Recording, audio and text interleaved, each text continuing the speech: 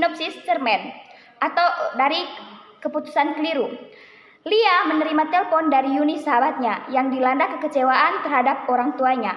Yuni memutuskan untuk berhenti kuliah dan membuat Lia terkejut. Lia berusaha memahami alasan Yuni dan mengetahui rencana untuk masa depan. Ternyata Yuni hamil dan akan nikah dengan pria bukan kekasihnya. Lia terpukul mendengarnya dan berusaha membantu Yuni untuk memperbaiki keadaan.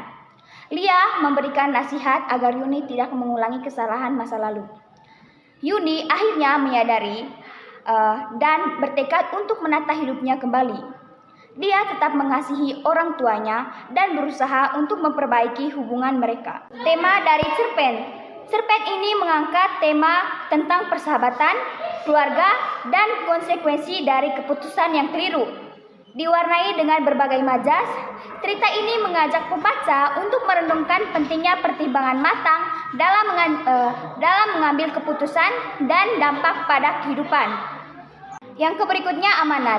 Amanat dari cerpen keputusan keliru dapat diinterpretasikan sebagai berikut.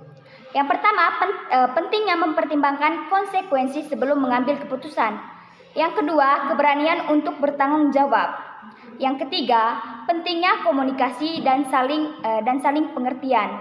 Yang keempat, kesempatan untuk memperbaiki diri. Yang kelima, pentingnya kasih sayang dan dukungan. Oke, baik, selanjutnya di sini saya akan menjelaskan. Yang pertama itu latar.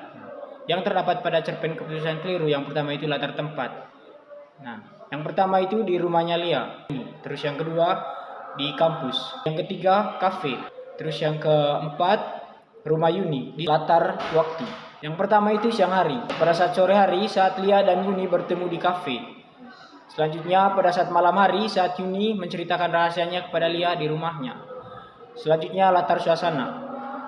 Yang pertama itu tegang. Terus yang kedua sedih. Dan yang ketiga bingung saat Lia mengetahui rahasia Yuni tentang kehamilannya.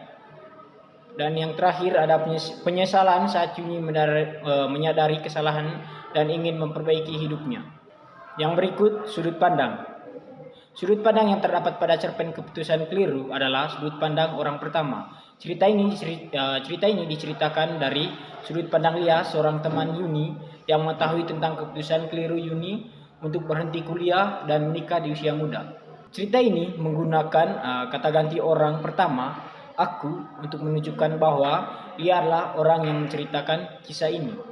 Jenis konflik dalam cerpen keputusan keliru karya Putri Desta terdapat konflik internal kekecewaan terhadap orang tua Yuni, merasa kecewa karena orang tuanya tidak mempedulikan keadaannya. Kebimbangan dan mengambil keputusan Yuni dihadapkan pada dua pilihan sulit, yaitu berhenti kuliah atau menikah. Terus yang kedua, konflik eksternal. Konflik dengan orang tua Yuni memiliki hubungan yang renggang dengan orang tuanya karena merasa tidak dipedulikan. Konflik dengan pacar, Yuni hamil di luar nikah dan ditinggal oleh pacarnya Theo. Untuk alur dari cerpen tersebut menggunakan alur maju karena cerita terus maju dan tidak kembali ke belakang atau tidak flashback. Perwatakan tokoh dalam cerpen keputusan keliru karya Putri Desta. Yang pertama Yuni, berpikir pendek, impulsif, pendendam, penyesal. Yang kedua Lia, setia kawan, pembimbing, dan pemaaf. Yang ketiga Alex, baik hati, pemaaf, dan penyabar. Yang keempat adalah Theo, tidak bertanggung jawab, egois, dan pengecut. Yang kelima adalah orang tua Yuni, kurang perhatian, tegas, dan pemaaf. Yang berikut Hani, peduli, terkejut, dan penasaran. Berikut adalah penokohan dari cerpen tersebut. Yang pertama adalah Lia berperan sebagai protagonis karena cerita berfokus pada usahanya untuk membantu Yuni mengatasi masalahnya. Untuk tokoh protagonis dalam cerpen tersebut adalah Yuni, Hani, dan juga Alex.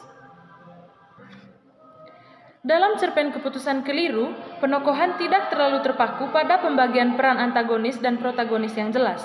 Sebaliknya, cerita ini lebih berfokus pada penggambaran konsekuensi dari keputusan yang keliru dan pentingnya memperbaiki diri. Baik, berikutnya simbol dalam cerpen keputusan keliru. Yang pertama, rumah. Rumah dalam cerpen ini melambangkan rasa aman dan nyaman. Rumah Yuni dengan Alex melambangkan rasa aman dan nyaman yang Yuni temukan dalam hubungan barunya.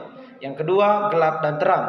Gelap dalam cerpen ini melambangkan kesedihan dan keputusasaan. Baik yang berikut tahapan alur. Yang pertama, tahap pengenalan. Yang pertama, cerita dimulai dengan Yuni yang menelpon Lia dan menceritakan kekecewaannya terhadap orang tuanya. Yang kedua, Yuni memutuskan untuk berhenti kuliah dan menikah. Yang ketiga, Lia merasa kaget dan khawatir dengan keputusan Yuni. Yang berikut tahapan konflik. Hani menceritakan kepada Lia bahwa Yuni akan segera menjadi seorang ibu.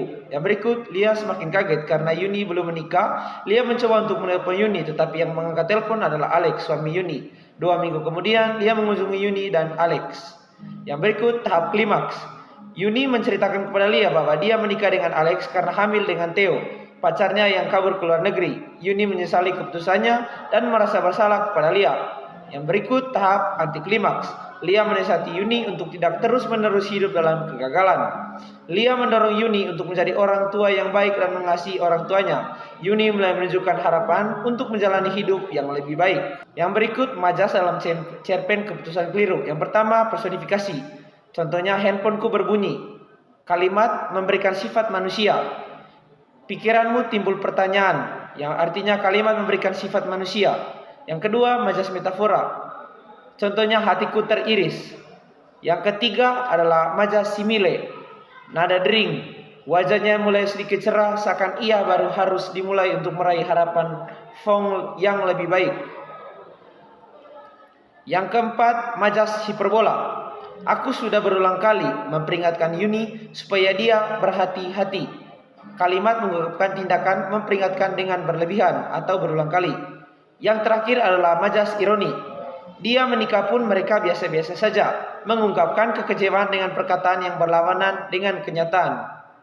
Adapun beberapa nilai yang terkandung dalam cerpen keputusan keliru. Yang pertama, nilai moral. Yuni berani bertanggung jawab atas perbuatannya dengan tetap menikah walaupun bukan dengan Theo pacarnya yang kabur ke luar negeri. Hal ini menunjukkan bahwa setiap orang memiliki kesempatan untuk belajar dari kesalahan dan menjadi lebih baik. Yang kedua, nilai sosial. Kasih sayang dan dukungan dari teman seperti Lia dan suaminya Alex pada akhirnya membantu Yuni untuk bangkit dari kesalahannya. Hal ini menunjukkan bahwa lingkungan sosial sangat berpengaruh terhadap kondisi mental seseorang.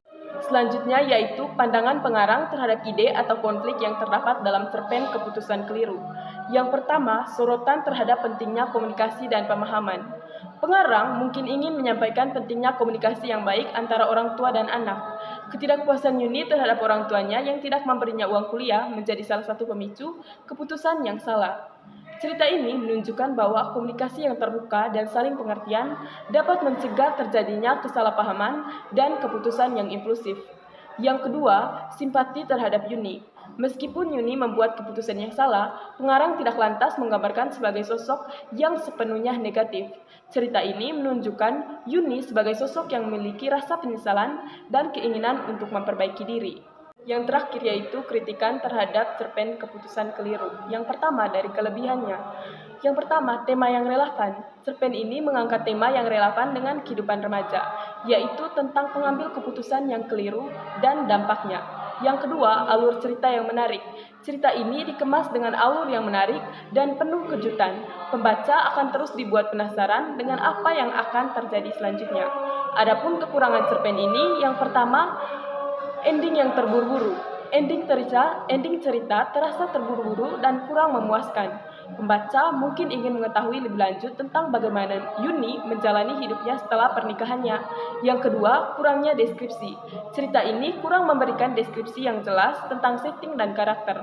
Hal ini membuat pembaca kurang dapat membayangkan suasana dan karakter dalam cerita.